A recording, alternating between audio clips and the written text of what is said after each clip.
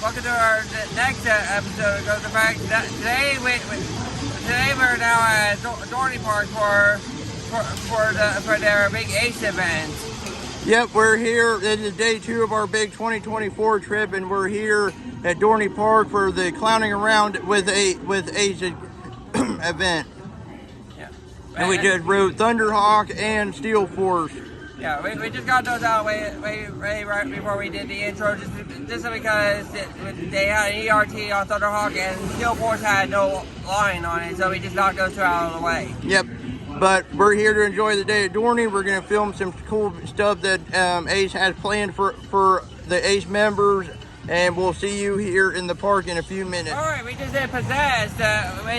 We did put a little history topic on this one. This used to be the Superman Ride of Steel at the old Geauga Lake. Yep, back when it was Six Flags Ohio and Six Flags Worlds of Adventure. Yeah. So it's another credit from Geauga Lake, or used to be from Geauga Lake for me. Yeah, and I must say, compared to Wicked Twister, I still say the Wicked Twister was a lot better. Well, Wicked Twister was bigger than Possessed, but it's still a fun ride. Although the spike edge is vertical, not the twist. You just get off floater though. You're not rattling around. Well, they had to staple me in because, like repeat from a couple of years ago when Wicked Twister was still open. I couldn't fit, so I had to suck in my gut to fit into this because I hate impulse trains. They're so tight and stuff. But as a review for this, I give it, because I'm not a big fan of impulses, 5 out of 10. I really have to say 5 out of 10 too. They're fun, but they're kind of a one-trick pony. Yeah.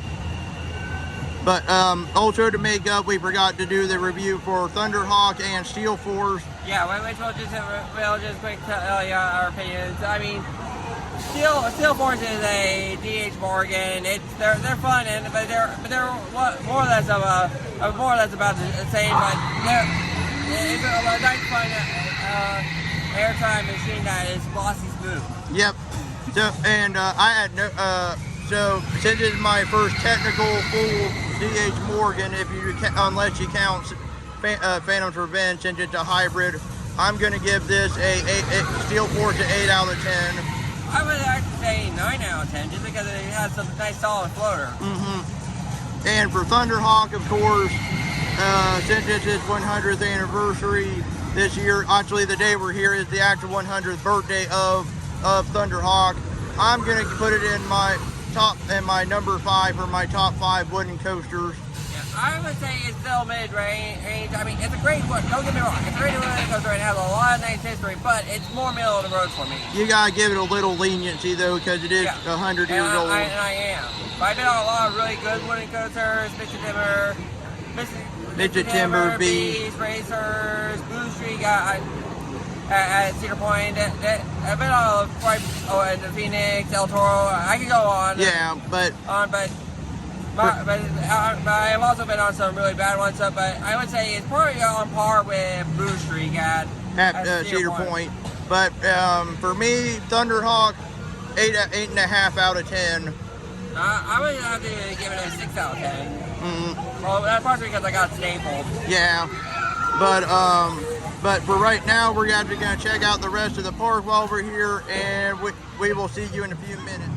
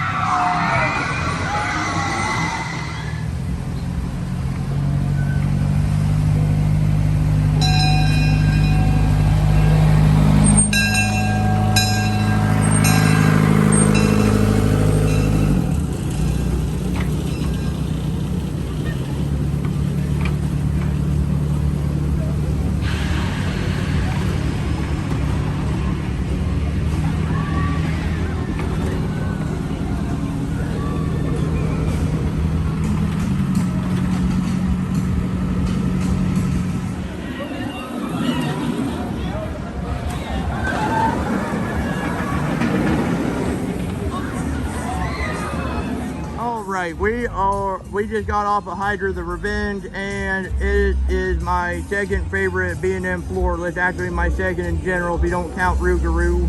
I would add this. I personally, a couple of things. One, I actually do count Rougarou, but two, I actually would have to put it a little lower. It's probably behind Medusa now. It used to be Pizarro. I forgot, so that never mind. Scratch that. This is my third floorless, unless you count Rougarou. Yeah, and I must say it is a pretty fun ride, especially the hang time on the JoJo roll. Right. I get that. Then that also makes my second JoJo roll after Copperhead Strike at Carowinds. The only bad thing I have to say about Hydra is that it does have a noticeable rattle. Right, but I mean it's not a bad rattle. It's still good. Yeah. But as I'll give it a 7 out of 10 for my ranking for Hydra. Honestly, I'd say 8. So we're a little bit you're a bit over me, but still. I think it's a decent floorless coaster. I liked it. It's smaller than the ones I've rode so far. Yeah, same here. But we're actually heading to a piece of Cedar Point history here at Dorney Park, besides the carousel, their old Frontier carousel up front, Demon Drop. And we'll see you there when we get there.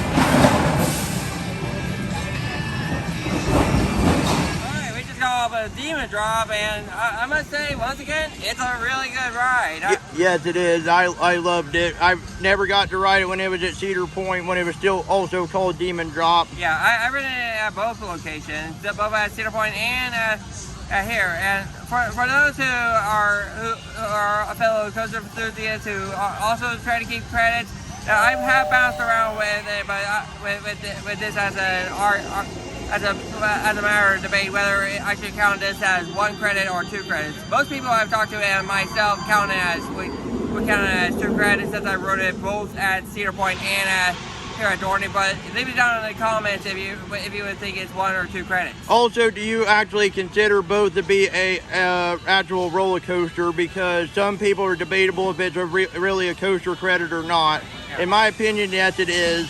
Same here. But if you believe it is a credit or not, leave it in the comments as well and let us know. So, but that we're gonna head to the Whip, which is another coaster that's a ride that's over 100 years old here at Dorney, and we'll see you when we get there. All right, guys. They have the things they're planning for Thunderhawk's big 100th anniversary today is, of course, the pop-up History Museum, which is located near the Zephyr train. They are going to have a live DJ until noon, which he just ended. The Nano Coaster building contest, which just ended, which we didn't do because it was an upcharge. They are actually going to have a red-tailed hawk here that looks like his name is Cyclops. That's going to be here in a few minutes. And they're 2 o'clock, they're going to be doing the big 100th anniversary ceremony. And after that is going to be music. But we're going to film a little bit of the big hawk presentation, and we're going to film the big ceremony that they're having here in a few minutes. So stay tuned.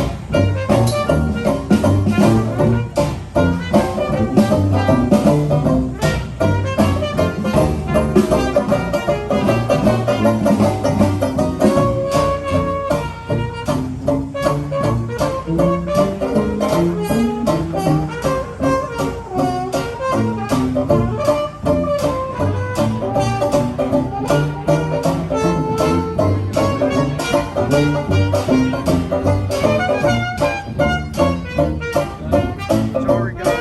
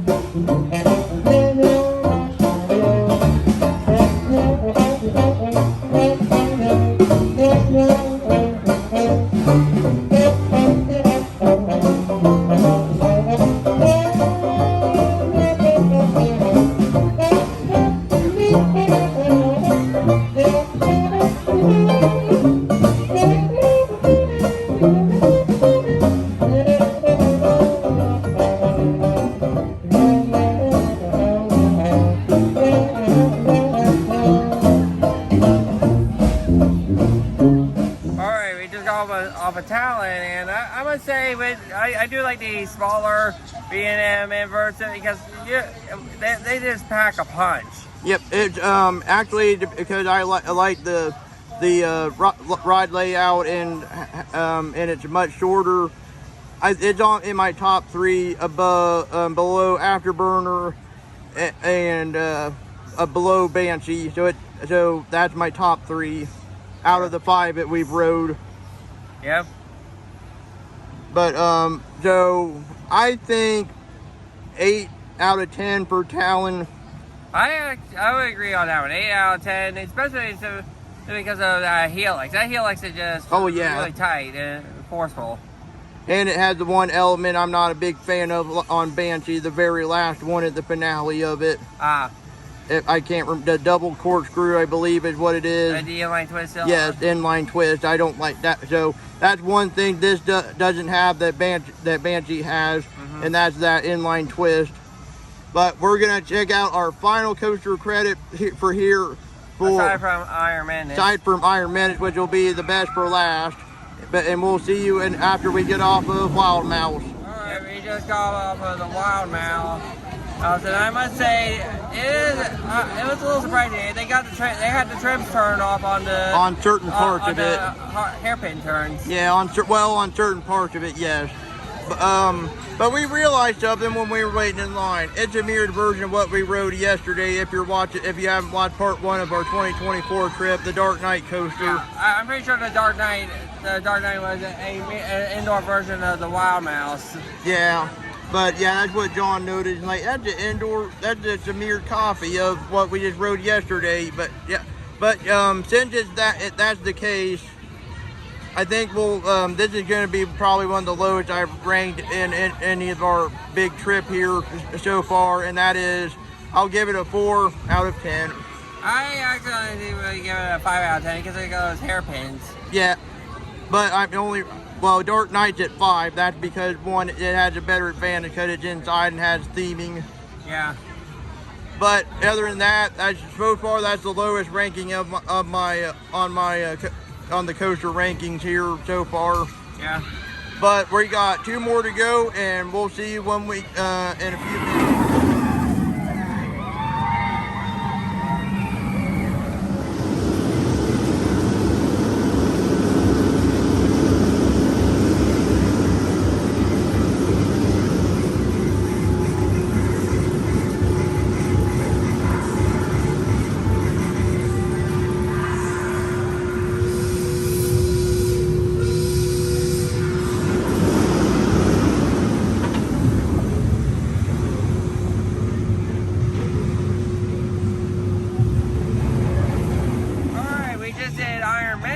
after a 2-hour delay due to rain. Yeah, we had to wait 2 hours because it rained really hard. I mean, it was just downpouring for a while. But we finally got on it, and the ride was dead, so we managed to get on it 3 times. Yep. Don't worry about the honking. That's just Zephyr in the background. Yeah. But out of all the B&M dive coasters, which I think I've only ridden 3, to be honest. I've only been on 2. This one in Valraven. Yeah, yeah, that's correct. I've only been on 2 as well. So yeah, I think I like this one better than Valraven. It's kind of a toss-up. Valraven is huge. This thing's tiny, but this one has that 95-degree drop, which is insane. Yep. And not to mention, as I've seen, every single element seems to flow pretty nicely from one to the other. Yep. Here in a few seconds, you're probably actually going to see it fly past John here in the background too. So, while we're waiting for it to pass, what is your ranking? What's your ranking on Iron Menace? I would honestly give it go all the way up to a 9 out of 10. I'm going with a 9.5 out of 10 because I've only ridden 2 B&M dive coasters, and this is the best one I've been on besides Valraven. And we're gonna be coming down in 3, 2, 1. Here it comes. And there we go. There was Valraven, or Iron Menace. But that concludes day 2 of our trip, for our big trip for 2024. And until next time, do you have any parting words? No, I don't have any parting words, except for just definitely trying to make it out to Dorney. Yes, especially if you just want to come for Iron Menace, yes, but enjoy the 7 other coasters they have here as well. So, but with that said, this is Andy the Gemini Man, and John the Mystic Rider, and we will see you next time. And keep riding with us.